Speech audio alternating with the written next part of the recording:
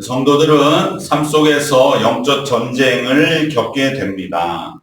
영적 전쟁, 그 싸움이 치열하고 아주 다급할수록 우리는 당장에 집중하는 것은 그 싸움에서 이기는 일이 될 수밖에 없고, 그 승리가 절실하기 때문에 우리 영적 전쟁에 승리하는 그 자체에만 집중을 하게 됩니다. 그러나 오늘 성경은 영적 싸움도 물론 치열한 것이고, 그러기에 우리가 정신을 바짝 차려야 하지만, 오히려 우리에게 더 중요한 것은 영적 전쟁 이후라는 것을 더 강조하고 있습니다. 우리 인생도 마찬가지로 싸움 그 자체를 감당하고 승리하는 거에만 급급해서, 그래서 겨우겨우 어떻게 승리해서 위기를 넘기는 일에만 사활을 걸게 되면 그 싸움 자체만 너무 힘을 다 쏟게 되고, 그 이후에는 곧바로 이제 다 풀어지고 무너지는 경우를 우리는 종종 보게 되는 것이죠.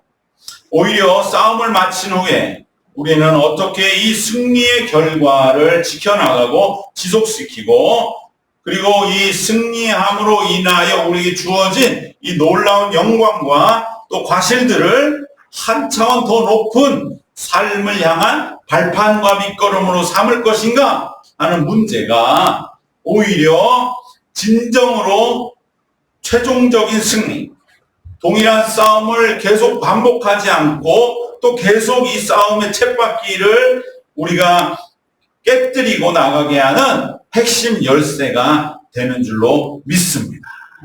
그래서 오늘 설교 말씀과 같이 전쟁에서 이기는 것만 중요한 것이 아니라 그 이후가 더 중대합니다 라고 하는 이 오늘 민수기의 말씀을 우리는 마음에 깊이 한번 새기실 때 우리 삶에 변화가 일어나게 될 줄로 믿습니다. 사실은 그 싸움보다 더 중요한 그 이후에 어떠한 우리의 나머지의 삶이 되는 것이죠.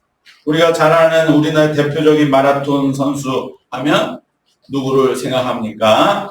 이봉주 선수라고 하는 선수, 봉다리라고 하는 선수가 있죠. 96년 애틀랜타 올림픽 은메달이었습니다. 그러나 사실은 성적으로 본다면 그 4년 전에 있었던 바로 92년 바르셀로나 올림픽의 황영조 선수라는 선수는 금메달을 따서 우리나라를 깜짝 놀라게 했던 일이 있습니다. 물론 그 둘의 정말 마라톤이라는 치열한 그 육체 전쟁 속에서 승리한 것은, 더 대단한 것은 황영조 선수를 할 수 있지만, 그 이후에 뭐 아시는 분은 아시겠지만 그의 사생활이 너무나 심각하고, 선수촌에서 별일이 다 있었고, 정말 하는 그 일 때문에 오늘날에도 그 마라톤의 손기정 선수가 얼마나 대단한 그 역사적인 사건 이후에 최초로 올림픽 금메달을 땄던 선수임에도 불구하고 많은 사람들 황영조보다는 이봉주를 더 기억하고 애칭으로 부르고 하는 것은, 우리가 전쟁에 한 번 이기는 그것만 중요한 게 아니에요.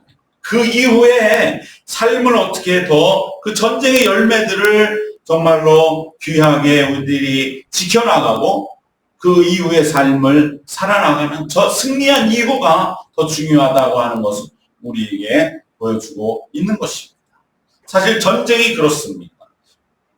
6.25 전쟁도 3년 동안 있었지만 전투를 막 치열하게 벌인 것은 1년 정도였고, 나머지 2년은 휴전 협상을 하면서 땅을 좀이라도 더 뺏기 위한 전쟁이었고, 사실은 남한과 북한의 전선에 멀리 떨어진 지역에서는 이제 전쟁의 느낌은 사라지고, 오히려 어떻게 하면 이것을 복구할 것인가, 거기에 더 힘을 쏟았던 것처럼 우리는 전쟁의 승리만 하면 된다, 그럼 모든 게 다 해결된다, 승리가 중요하다, 그 이유는 볼 것도 없다, 이 생각을 버려야 된다. 신앙생활도 마찬가지로 내가 이 고비만 넘기면 된다, 그런 건 없다. 우리가 승리한 이후에 그 이후를 어떻게 우리들이 이루어 나갈 것인가에 따라서 우리는 똑같은 전쟁을 또 반복하는 그러한 악순환에 빠지느냐, 아니면 이제 그 전쟁으로부터 이제 벗어나서 더 큰 싸움, 더 높은 차원의 싸움을 향해 나가느냐가 결정된다고 하는 것을 오늘 성경은 우리에게 분명하게 말씀해주고 있습니다. 오늘 성경은 미디안과의 싸움입니다. 미디안은 출애굽의 과정 속에서 참 애매하게 엮여 있는 것이죠. 왜 그렇습니까? 모세의 사실 광야로 쫓겨나서 만나 결혼하게 된 십보라의 집안이 미디안이잖아요. 처가가 미디안. 그 이드로, 모세의 장인이 된 이드로가 미디안 제사장 아닙니까? 광야 지역에 유목하던 그 사람들의 미디안이기 때문에, 그래서 어떻게 됩니까? 우리도 쉽게 생각하면 모세가 이제 가나안으로 갈 때에 온 집안이 같이 가기를 원하잖아요. 그래서 십보라와 같이 두 아들과 가려고 하니까 사실 그게 받아들여지지 않은 거예요. 우린 여기서 잘 살아왔는데 갑자기 모세는 이스라엘 자기 동족이 지금 노예 생활을 했으니 그들을 데리고 가나안 가야 됩니다. 그럴 때 당신 여기 40년 동안 잘 살았고 우리 여기 평안한데 뭘 거길 또 갑니까? 그럴 때 어떻게 하겠어요? 당신만 가시오. 우린 여기서 언젠간 돌아오시오. 우리가 인간적으로 그렇게 생각하기 쉽잖아요. 그럼 하나님의 뜻은 아니죠. 같이 가자. 그래서 모세도 스포라를 이제 데리고 갑니다. 그러면 장인은 어떻게 하냐, 그 이드로의 집안. 그래서 어떻게 보면은 몇 번 오지요. 모세를 방문하기도 하고 도와주러 오는 거지. 또 외손주들도 보고 싶고. 그랬을 때에 모세는 제안을 하지요. 이제 미디안의 그 우상 숭배하던 삶을 끊으시고 이곳으로 완전히 옮겨서 같이 우리가 이제는 이스라엘 민족으로 들어와서 그래서 가나안으로 참 하나님을 섬기며 사시기였으면 좋겠습니다. 근데 그때에 사실은 성경에 같이 이드로가 합류했다는 기록은 없죠. 오히려 추측컨대 그냥 좋은 사람이니까 네가 이렇게 이스라엘을 이끌고 출애굽하는 건 좋지만 우리는 그냥 돌아가겠다. 그렇게 이제 돌아갔습니다. 그랬을 때에 오히려 이 애매한 관계가 더 어렵게 되는 거예요. 그래서 이스라엘 백성들도 모세의 처가니까 무시할 수는 없잖아요. 그러니까 미디안에 대해서 좀 어떻게 보면 열린 마음을 가졌을 때 오히려 그래 미디안 사람들과도 교류하게 되고 그러다 보니까 미디안의 우상 숭배, 그들이 섬기는 신, 또 음행의 문제가 들어오게 되는 것이죠. 모세는 오늘 여기서 결단을 내리는 것입니다. 미디안의 관계를 확실히 정리해야 돼요. 그렇지 않으면 이스라엘의 존립이 흔들리고 출애굽이 다 망가지고 가나안에 들어갔던들 미디안에 계속 교류를 하게 되면 그쪽에서 들어오는 음행과 이 우상 숭배를 막을 수가 없다. 그 결단 속에 확실하게 이제 결단을 내리는 것이죠. 그래서 오늘 미디안과의 전쟁을 선포하고 그리고 그 싸움에 12,000명, 12지파의 1,000명씩을 뽑아서 보내서 전쟁의 승리를 하게 됩니다. 이 이전에 물론 그 전에 또 하나의 사건, 바로 우리 31장이지만 25장에 보면 미디안의 여인과 동침하던 자를 비느하스가 창으로 찔러 죽인 그 유명한 사건이 있었는데, 그것처럼 모세는 이 미디안과의 문제 속에서 항상 이러한 음행의 문제, 그러한 문제를 굉장히 경계했던 것이죠. 사람들은 그렇게 생각했을지 몰라요. 야, 모세 너도 미디안 여자랑 결혼했으니 우리도 미디안에서 여자랑 결혼하는 거 뭐가 문제냐.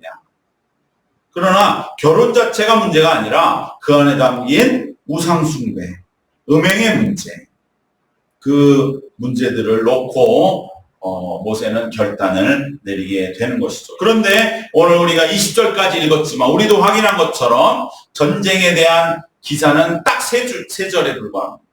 바로 6절에서 8절인 것입니다. 우리 한번 6절, 8절 말씀 같이 한번 봉독하겠습니다. 모세가 각 지파에 1000명씩 싸움에 보내되 제사장 엘라사의 아들 비드아스에게 성소의 기구와 신혼 앞팔을 들려서 그들과 함께 전쟁에 보내매 그들이 여호와께서 모세에게 명령하신 대로 미디안을 쳐서 남자를 다 죽였고 그 죽인 자 외에 미디안 5왕을 죽였으니 미디안 왕들은 에이와 레겜과 스루와 후루와 레바이며 또 보레 아들 발람을 칼로 죽였더라. 20장 중에 전쟁은 딱 3절이에요. 이건 뭡니까? 미디안과의 싸움 그 자체에서 대해서는 많은 내용을 오늘 말씀에도 할애하고 있지 않다는 것이죠. 어떻게 보면 하나님의 뜻에 순종하여 나간 전쟁에서 승리하는 것은 그것은 당연하다는 듯이, 물론 그렇게는 결코 말할 수 없지만 마치 성경은 전쟁은 여호와에게 순종하면 승리하는 건 당연한 거야. 거기에 관심 갖지 마, 이 얘기예요. 우리는 내가 이 전쟁에 이겨야지, 살아남아야지. 우리는 그렇게 생각한단 말이에요. 오늘 성경 분명히 말씀하는 거예요. 네가 승리하는 일은 여호와 하나님 앞에 그 뜻대로 순종하여 나가기만 하면 승리는 따는 거야. 거기에 관심 갖지 마. 우리의 관심은 3절 말고 나머지 17절에 있는 것이죠. 훨씬 더 많은 말씀이 주의를 기울이고 있는 것은 무엇이냐? 그것은 바로 승리한 이후에, 전쟁에서 이긴 이후에 과연 이스라엘 백성들이 어떻게 했는가? 전쟁 이후에 율법의 정결한 규례를 어떻게 준수했으며 그 일에서 그들이 어떻게 잘못했다가 길을 바로 교정받았으며 그리고 그 포로에 대한 문제를 어떻게 다시금 하나님의 뜻에 합당하게 인도함 받았으며 그 전리품에 대해서 어떻게 처리하고 처신했는가. 그 사후 처리가 훨씬 더 긴 분량으로 기록이 되어 있다는 걸 우리는 놓쳐서는 안 돼. 많은 사람들 미디안과 싸워 이겼어. 당연하지. 그리고 미디안과의 관계를 청산하고 그리고 이제는 이스라엘 백성은 승리하여서 가나안으로 나갈 준비를 마쳤어. 여기까지만 보면 안 된다는 거예요. 그건 3줄밖에 안 되는 거예요. 그 이후에 왜 이 전쟁을 했으며 그러기 위해서 사후에 어떠한 태도들을 취했는가, 이것을 봐야 된다. 이스라엘 백성들은 특히 전쟁 포로 중에 여자들을 다 살려둠으로써 모세에게 강력한 책망을 듣습니다. 본래 미디안과의 전쟁의 목적이 우상 숭배야. 출애굽을 마무리하고 가나안 정착을 앞둔 모압 평지에서 이방 민족들의 만연한 이 음행의 문제 그리고 우상 숭배를 대적하기 위해서, 끊어내기 위해서 정말 어떻게 보면은 자신의 처가를 완전히 멸하는 거잖아요. 그러한 정말 결단을 내리고 싸운 전쟁의 목적을 잃어버리고 승리에 도취된 나머지 전쟁의 근본적인 목적을 잃어버리고 만 것입니다. 이처럼 전쟁에서의 승리는 우리가 승리에 도취하게 만들어서 그만 전쟁의 본래 목적과 본분을 잊게 만드는 것입니다. 인간에겐 이러한 취약점이 있습니다. 이렇게 전쟁에서 이기고 승리하는 것 앞에 도취되고 만 결정적인 약점이 있음을 우리는 잊지 말아야 합니다.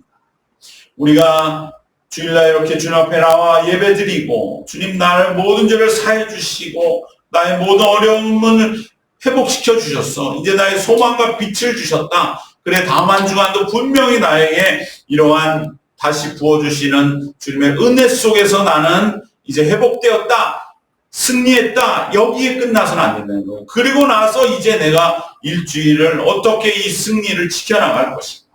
승리에만 도취하지 말고 내가 이 시간 주 앞에 우리의 삶을 내려놓는 그 이유가 무엇인가.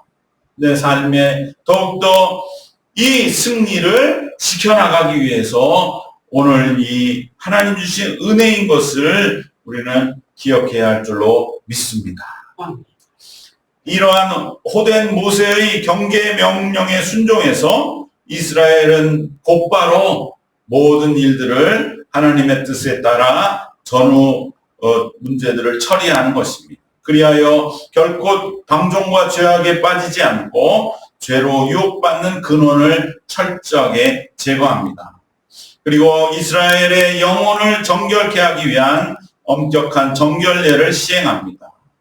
전쟁 그 자체보다 전쟁 이후에 더 주의를 집중해서 하나님의 뜻이 정하는 그 길을 가야만 참으로 전쟁에 승리한 영광도 계속적으로 이어지게 됩니다. 사실 우리의 영적 전쟁을 어떻게 이렇게 쉽게 이깁니까? 그것은 사실 내가 싸우는 겁니까? 아니죠. 사실은 내 자신이 영적 전쟁을 싸운 것이 아니라 우리 대장 예수께서 우리를 대신하여 싸워 주심으로 우리에게 승리를 주시는 것입니다. 우리는 영적으로 싸워 이길 수가 없습니다. 오직 예수의 이름 앞세워 나아갈 때 승리는 따는 것이지 우리는 거기에 명함을 내밀 수가 없는데 우리의 힘으로 싸우는 것이 아니라 예수께서 우리를 대신 싸워 주셔서 우리에게 승리를 주십니다. 우리는 그것을 믿는 것입니다. 우리가 주의를 지키며 예수님의 보혈로 모든 죄 허물을 씻고 새 사람으로 거듭나는 것은 예수께서 이루어놓은 십자가 부활의 영적 승리를 덧입는 것이고 그것이 바로 주일의 거룩히 지키고 우리가 신앙인으로 살아가는 것입니다. 문제는 이러한 주님이 주신 승리를 이 주일에 또 내가 영적 회복된 이 승리를 어떻게 주중까지 가져가느냐 지켜가느냐 하는 것에 있다고 하는 것을 우리는 다시 한번 기억해야 할 줄로 믿습니다. 우리는 이제 승리한 이후에 다만 내가 어떻게 이 승리의 영광을 지켜나갈 것인지 바로 승리의 영광에 안주하지 말고 이것을 지켜나가는 일에 사활을 걸어야 됩니다. 정말 내가 현실의 삶에서 하나님의 뜻을 붙잡고 주님, 이 순간 내가 어떻게 이걸 대처해야 됩니까? 주님 나에게 이 순간 말씀해 주시옵소서. 이렇게 지속적으로 훈련하고 연습해서 자연스럽게 이것이 이루어질 수 있는 그러한 길을 가고 있는가. 우리는 승리가 너무 절실하고 갈급할 때 주님이 주신 은혜의 이 승리 속에 자꾸 머무르고 안주하고 싶은 마음. 그러한 이긴 후에 주어지는 안도감과 승리가 주는 도취함에 안주해서는 안 됩니다. 그리고 그 전리품에만 관심을 가져서도 안 됩니다.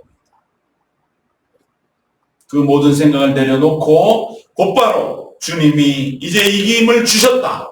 그러면 나는 이제 이 이후에 어떻게 이 승리를 지켜나갈 것인가? 주님 나에게 어떻게 하기를 원하시는가? 바로 여기에 더욱더 힘을 다해 주의를 집중해야 할 줄 믿습니다. 전쟁이 끝나면 심각한 후유증이 남습니다. 그래서 하나님은 자녀들을 보호하신다는 겁니다. 너희 손에 피를 묻히지 않는다는 것이. 전쟁이 끝나면 적군의 피가 곳곳에 묻고 평소에는 겪지 않을 끔찍한 기억들이 남게 되는 것입니다. 이것은 그냥 저절로 사라지지 않습니다. 우리는 이것으로부터 회복되고 치유함을 받아야 됩니다. 그러기 위해서 주님은 우리에게 엄격한 정결의 규례를 정해주신 것입니다. 이 율법을 따르는 것이 전쟁의 승리보다 한 개인의 회복에는 더 중요함을 잊지 말아야 됩니다. 주님이 주신 은혜를 어떻게 하면 내 것으로 할까? 이 과정이 우리에게 더 중요하다. 하나님은 친히 이 일을 우리에게 가르쳐 주시고 이끌어 주십니다. 하나님 앞에 더 기도하고 더 말씀 속에 시간을 드리고 우리의 삶이 더욱더 주님께 집중되도록 하고 또 우리 이웃들에게 특히 믿는 이웃들과 함께 우리가 마음의 그러한 또 교제의 폭을 넓혀가면서 우리에게 이 승리함 이후에 이것을 지켜나가는 길을 인도해 주십니다. 우리는 하나님의 뜻을 받들어서 우리 영혼을 정결케 하는 싸움 이후의 치유와 회복에 집중함으로 한 차원 더 높은 그러한 삶의 자리로 나아가야 할 줄로 믿습니다. 머뭇거릴 필요가 없습니다. 전쟁은 이미 이겼습니다. 더 전쟁에 자꾸 휘말릴 필요 없습니다. 이겼습니다. 우리는 그 다음을 향해서 그 더 한 단계 높은 계단을 향해 나아갈 때 이 낮은 싸움들은 더 이상 내 이야기가 아닌 것입니다. 그럴 때만이 우리는 다시 동일한 전쟁을 되풀이하지 않게 됩니다. 그것이 바로 주님이 원하시는 진정한 승리입니다. 전쟁에서 승리한 이후 우리가 참으로 승리를 이제는 기정사실화하는 길은 한 단계 더 높은 삶의 자리로 서슴없이 주저할 것 없이 곧바로 나아가는 것임을 잊지 말고 주님, 저의 믿음이 한 걸음 더 나아갈 수 있는 그러한 길을 주님은 이미 주셨습니다. 주님 손 붙잡고 서슴없이 주저함 없이 그 길로 나가게 하여 주시옵소서. 하나님, 내가 더 기도하고 더 말씀을 가까이 하고 더 믿는 자와 함께 마음을 나누고 정말 우리가 주님이 주신 그 사랑을 하나 더 이번 주에는 실천하는 그러한 길, 바로 그러한 승리 이후의 전후 회복과 인도하심에 더욱더 우리 모두 집중함으로 인해서 진정한 최후 승리를 이어나가시는 모든 성도님들 되시기를 주님의 이름으로 축원합니다. 기도하겠습니다. 하나님 감사합니다. 우리는 영적 싸움에 매번 쓰러질 때마다 싸움 그 자체에 또 패한 것으로만 여기는 이 우리의 마음과 생각을 오늘 말씀 속에서 싸움 그 자체가 문제가 아니라 승리는 우리 주 대장 되신 예수께서 우리에게 주시는 것이요. 우리는 그 승리를 확인하고 그리고 이 이김을, 이 승리함을 어떻게 하면 내가 지켜나갈 수 있는 그 전후 처리, 사후 처리에 우리의 마음과 우리의 모든 힘을 집중하여야 함을 말씀 속에 깨닫게 하시고 이제는 우리가 싸움에 좌우되지 않게 하시고 그 이후에 내가 어떻게 하면 이 싸움이 주는 그러한 주님이 인도해 주신 길을 놓치지 말고 붙들고 나갈 것인가.